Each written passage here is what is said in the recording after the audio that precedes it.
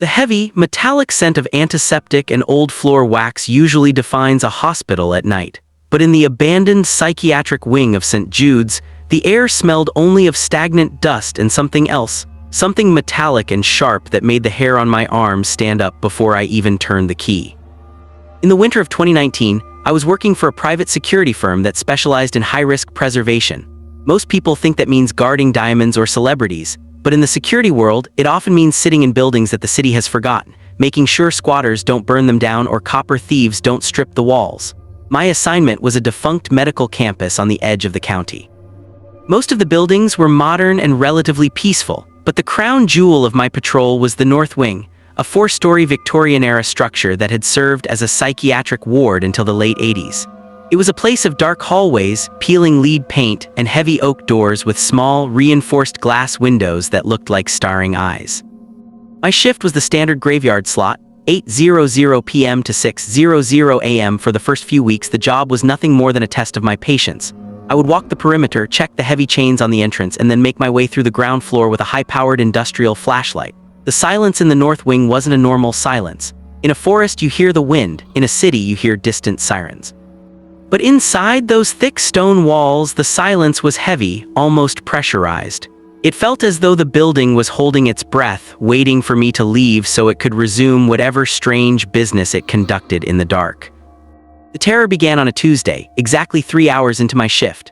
I was finishing my first sweep of the second floor, a place where the old patient rooms had been stripped of everything except the rusted bed frames bolted to the floor. I was headed toward the stairwell when I heard a sound that didn't belong. It wasn't the settling of wood or the moan of a pipe. It was a rhythmic sliding sound, like a heavy piece of furniture being dragged slowly across a linoleum floor. It was coming from directly above me, the 3rd floor. I froze, my flashlight beam trembling slightly as I aimed it at the ceiling. The sound lasted for 10 seconds, stopped, and then started again. I checked my radio, about to call my supervisor, but then I hesitated. I was the new guy on this site, and the older guards had already teased me about the North Wing's reputation for being haunted. If I called in a noise complaint and it turned out to be a stray cat or a loose shutter, I'd never hear the end of it. Taking a deep breath, I gripped my heavy maglite like a club and began to climb the stairs to the 3rd floor. When I reached the landing, the air temperature seemed to drop 10 degrees. I could see my breath blooming in the white light of my torch. I pushed open the heavy fire door and the sliding sound stopped instantly. The hallway ahead of me was a tunnel of darkness. On either side were the observation rooms, the high-security cells where the most disturbed patients had once been kept. As I walked, the beam of my light caught something in the middle of the corridor about 30 yards ahead. It was a wheelchair. It was one of those old-fashioned models, heavy chrome, cracked black leather, and large spoked wheels. It sat perfectly centered in the hallway as if waiting for someone to sit down. My heart hammered against my ribs like a trapped bird. I knew for a fact that the hallway had been empty during my sweep the night before. I approached it slowly, every fiber of my being screaming at me to turn around. When I finally reached the chair, I saw something that made my stomach turn. On the black leather seat, there was a small, damp patch, a fresh, dark stain that looked like water, but when I leaned closer, it had the faint, unmistakable smell of ozone. I turned my light away from the chair and scanned the open doorways of the patient rooms. "Security, who's there?" I shouted. My voice felt small and thin, swallowed up by the vast emptiness of the ward. There was no answer. I began to back away, deciding that I didn't care about the teasing. I was going to call this in. But as I backed toward the stairwell, I heard a new sound. It wasn't a slide this time. It was the sound of a door handle turning. I spun around, my light landing on room 304. The brass handle was moving, rotating slowly and deliberately down, then up, then down again. Someone was on the other side, trying to get out. But room 304 was an isolation cell. The heavy bolt was on my side of the door. I stared at the moving handle, paralyzed by a mixture of professional duty and primal fear. The handle stopped moving, and for a long moment there was total silence. Then a soft, raspy whisper drifted through the small gap at the bottom of the door. "It's time for the rounds," the voice said. It didn't sound human. It sounded like dry leaves skittering across pavement, a hollow, breathless rasp that seemed to vibrate in the very air around me. I didn't wait to hear more. I turned and sprinted for the stairs, the sound of my own heavy boots echoing like gunfire in the stairwell. I didn't stop until I reached my security vehicle parked outside in the cold night air. I sat there with the doors locked and the engine idling, watching the dark windows of the 3rd floor. Just as I was beginning to calm down, I looked up at the window of room 304. There, pressed against the glass, was the pale, blurred outline of a face. It wasn't looking at the parking lot, it was looking directly at me, even though I was hundreds of feet away in the dark. I realized then that I wasn't guarding an empty building. I was an intruder in a place that still had residents who had been waiting a very long time for someone to come back for their rounds. The terror of seeing that pale, hollow face pressed against the glass of room 304 stayed with me as I sat in my patrol car, the engine's vibration the only thing tethering me to reality. My breath was coming in short, jagged gasps, and the ozone smell from the third floor seemed to have clung to my uniform, sharp and electric. I knew I couldn't just sit there. Professional pride is a strange thing. It can force you back into a nightmare just to prove you aren't a coward. I picked up the radio, my knuckles white as I gripped the plastic casing, and called the central dispatch. I reported a potential trespasser in the north wing, specifically on the third floor. The dispatcher's voice was weary, crackling with the mundane boredom of a city that hadn't seen a real emergency in hours. They told me a backup unit was 20 minutes out and instructed me to maintain a visual on the exit points. 20 minutes felt like 20 years. I kept my eyes locked on the heavy oak front doors of the Victorian building. Nothing moved. The windows of the third floor remained dark, the face I had seen now gone, leaving only the reflection of the moon against the grime-streaked glass.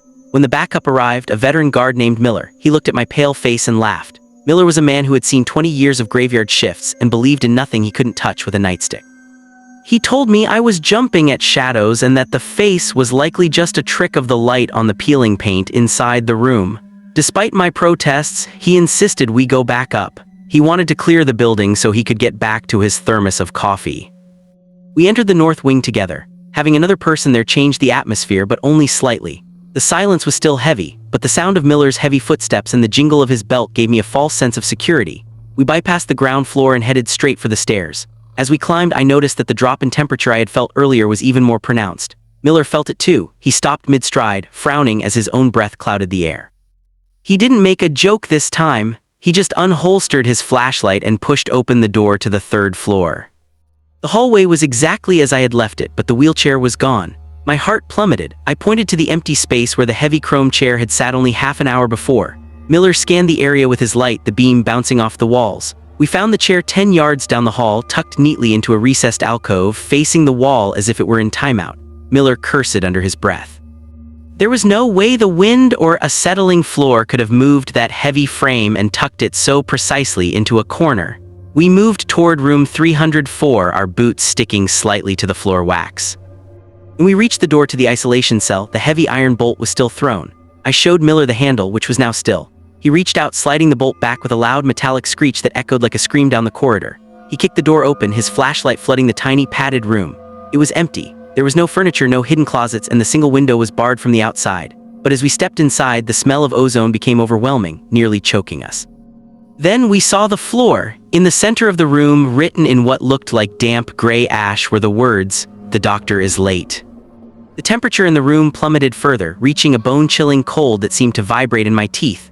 Suddenly, the heavy door behind us slammed shut with a force that shook the stone walls. Miller threw his shoulder against it, but the door didn't budge, even though the bolt was on the outside. We were trapped. From the other side of the thick wood, we heard the sliding sound again. The wheelchair was moving. It rolled up to the door and stopped. Then came that raspy, dry-leaf whisper, louder this time, pressed right against the wood. "He doesn't like to be kept waiting," the voice hissed. Miller began to panic, hammering on the door, but his blows sounded muffled as if the air itself was thickening. I turned my flashlight toward the corner of the room and my blood turned to ice. The shadows that were separating from the walls, coiling into a shape that was taller than a man, a silhouette of darkness that was darker than the room itself.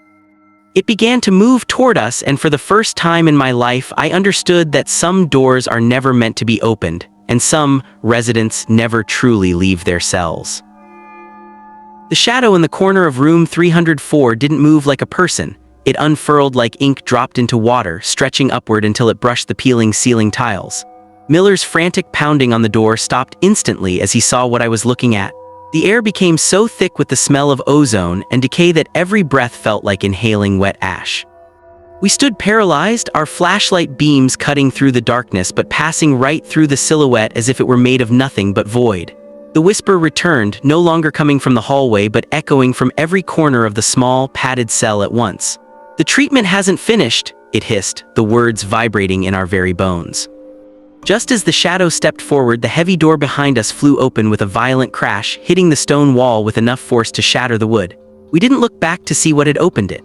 Miller and I scrambled out of the room, stumbling into the hallway where the old wheelchair sat waiting. It was no longer tucked in the alcove. It was positioned directly in our path, facing us. As we sprinted past it, the wheels began to spin rapidly on their own, the metallic screeching sound following us like a predator. We didn't head for the stairs this time. We ran toward the light of the elevator lobby, even though the power to the lift had been cut decades ago. We reached the stairwell and practically threw ourselves down the flights, hearing the rhythmic asterisk thud-thud-thud of something heavy following behind us, moving much faster than any human could. We burst through the ground floor fire exit and didn't stop until we reached the gravel parking lot, the cold night air hitting our lungs like a miracle. We stood there, gasping for air, watching the entrance of the north wing. For a moment, everything was still. Then, the exterior security lights above the door began to flicker and pop, one by one, plunging the front of the building into darkness.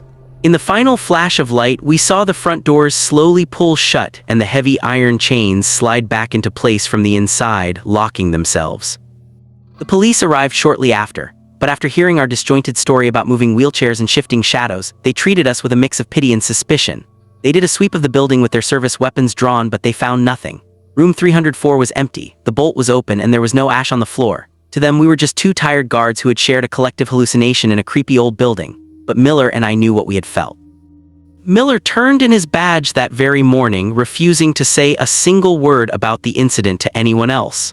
He moved out of the state a week later, and I never heard from him again. I stayed in the security industry, but I made one absolute rule for myself. I would never again accept a post in a building that had a history of pain.